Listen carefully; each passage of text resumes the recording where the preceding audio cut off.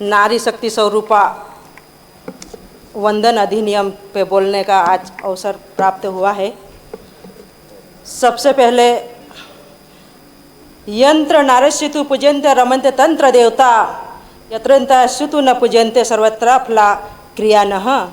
जहाँ पर नारियों की पूजा की जाती है वहाँ पर देवताओं का निवास होता है, वास होता है। इसलिए नारियों का अपमान करना बंद कीजिए। अब माननीय सभापति महोदया,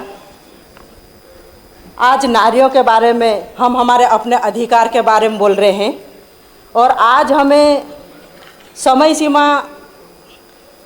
थोड़ी ज़्यादा चाहिएगी। माननीय सभापति महोदया, भारतीय नारी शक्ति स्वरूपा को वंदन करती हूँ, अभिनंदन करती हूँ। माननीय सभापति महोदया, नारी शक्ति महिला आरक्षण के नाम पर ये राजनीति हो रही है। यह महिलाओं को अपमान करने का षड्यंत्र किया जा रहा है। ये हमारे भारत के संविधान पर एक प्रकार से हमला किया जा रहा है, जिसको हम अस्वीकार करेंगे। महिला आरक्षण बिल 2023 में सर्व दलों की सहमति से पास किया गया है। इसमें कोई विरोध नहीं हुआ, लेकिन अब सब ये चाहते हैं कि जो सीटें आज हमारे पास है 543, 230 पर 33% आरक्षण आज ही लागू होना चाहिए। ये हम बोलना चाह रहे। आप महिला आरक्षण के नाम से परिसीमन को ज्वाइन करके पूरे देश की नारियों का अपमान कर रहे, गुमराह कर रहे हो।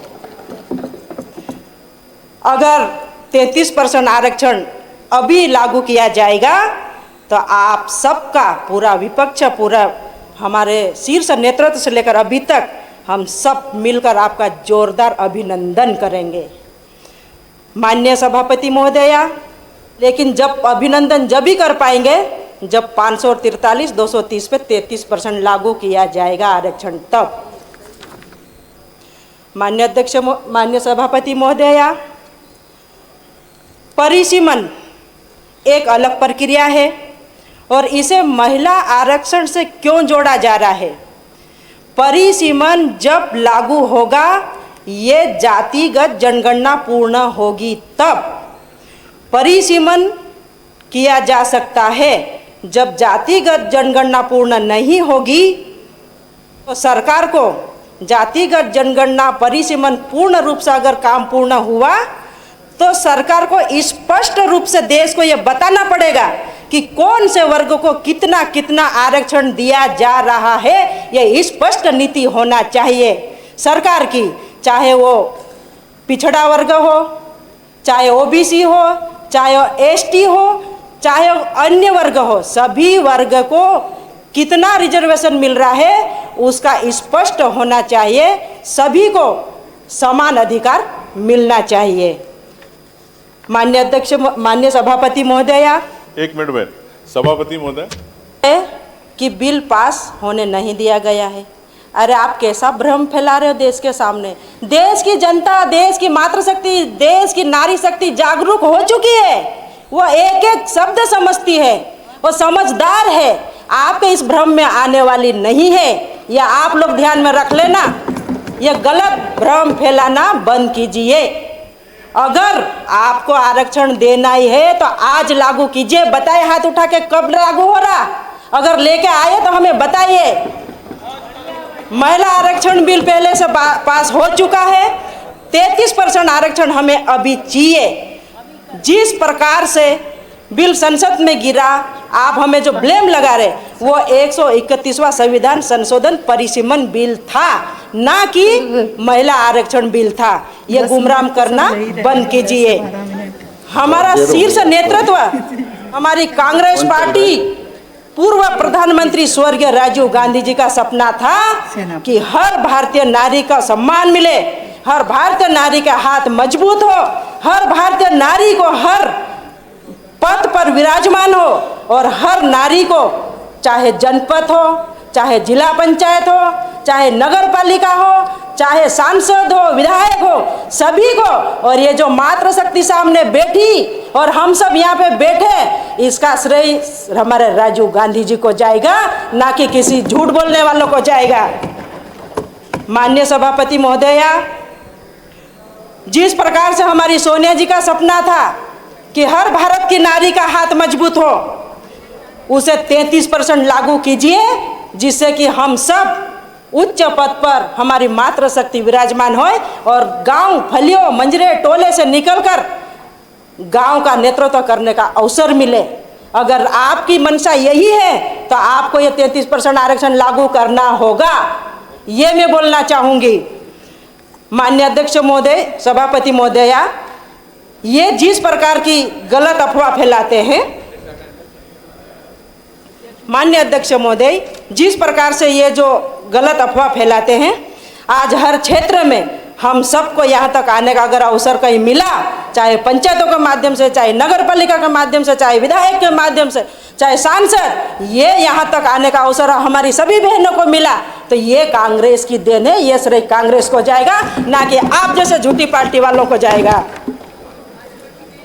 माननीय अध्यक्ष महोदय, घोषणा नहीं, आप जो वादे हमें देश की नारी शक्ति को दिखाते हो, आप महिलाओं के साथ जो छलावा कर रहे हो, आप घोषणा नहीं, आपने घोषणा लागू करने के लिए दिखाए वादे नहीं, उसे तुरंत लाइए। अध्यक्ष महोदय, सरकार ने देश की महिलाओं को क्या दिया है? मान्य वादा तो किया, लेकिन इंतजार के साथ। आपका वादा तो है, लेकिन भारतीय नारी उसका इंतजार कर रही है कि पूरा कब होगा। घोषणाएं आपकी है, लेकिन शर्त लगा रखी कि वह कब पूर्ण होगी। इंतजार कर रही भारतीय नारी। सम्मान की, हर भारतीय नारी सम्मान के भूखी है, लेकिन आप सम्मान टालने की बात करते हो। आप ऐसी सम्मान करते हो। आज ये 33% आरक्षण अगर लागू होता और महिलाओं का अपमान तो आप इसी सदन में हो रहा। हम सब मातृशक्ति 27 है, यहाँ पे 27, और बोलने वाली सिर्फ 5 से 7। आपकी ही बहनों को आप बोलने का अवसर नहीं दे रहे हो। वो बहन हमारी बेटी है, कम से कम 2-2 मिनट तो अपने अधिकार के लिए बोलने के लिए देते आज। इसी से यह सिद्ध हो रहा है कि महिलाओं का कितना अपमान हो रहा है। माननीय अध्यक्ष महोदय, जिस प्रकार से सिर्फ और सिर्फ भाषण देने से आरक्षण नहीं मिलेगा, उसे जमीन पर लागू करना होगा। मैं आप सबका ब्लेम लगता है हमेशा कि कांग्रेस हमेशा से महिला विरोधी है। मैं आपको आज इस सदन के माध्यम से बता देना चाहती हूँ, कांग्रेस ने ही कई उच्च पदों पर बड़ी बड़ी महाहस्तियाँ, महाशक्तियाँ, वीरंगना, कई देश के लिए लड़ने वाली सेनाएं, सभी को जगह दी है। और देश की पहली प्रधानमंत्री हमारी इंदिरा गांधी जी थी, देश की प्रधानमंत्री हमारी सुचेता जी थी, देश की प्रधानमंत्री हमारी प्रतिभा पाटिल जी थी, देश की पहली स्पीकर हमारी राष्ट्रपति। ऐसी कई महिलाएं उच्च पद पर विराजमान रही है, और ये कांग्रेस की देन है। आप किस मुंह से बोलते हो कि महिलाओं का सम्मान नहीं करती राजनीति? ये गलत बात और ये गलत अफवाह, ये गलत आरोप लगाना बंद कीजिए। नारी शक्ति हर ऐतिहासिक कदम में कांग्रेस की महत्वपूर्ण भूमिका निभा रही है, और ये महिला आज इस सदन में विराजमान है, कांग्रेस की ही देन है जो आज यहाँ तक पहुँची है। महिलाओं की वास्तविक चिंता हो तो आप जरा मणिपुर को भी याद कीजिए। क्या वो मणिपुर इस देश की महिलाएं नहीं हैं, जिनको निवस्त्र करके किस प्रकार से कृत्य किया जाता है? क्या वो इस देश की नारी शक्ति नहीं है? लेकिन उसके ऊपर किसी को चिंता नहीं है। माननीय अध्यक्ष महोदय, बोलने को तो और भी बहुत सारी है, लेकिन अगर महिला आरक्षण बिल की बातें हो रही तो महिला आरक्षण बिल 33% लागू होना चाहिए। ये मैं मुख्यमंत्री जी से और सभी से मांग करती हूँ। जिस प्रकार से अभी हमारे कार्यपालिका और न्यायपालिका के बीच में जिस प्रकार से जो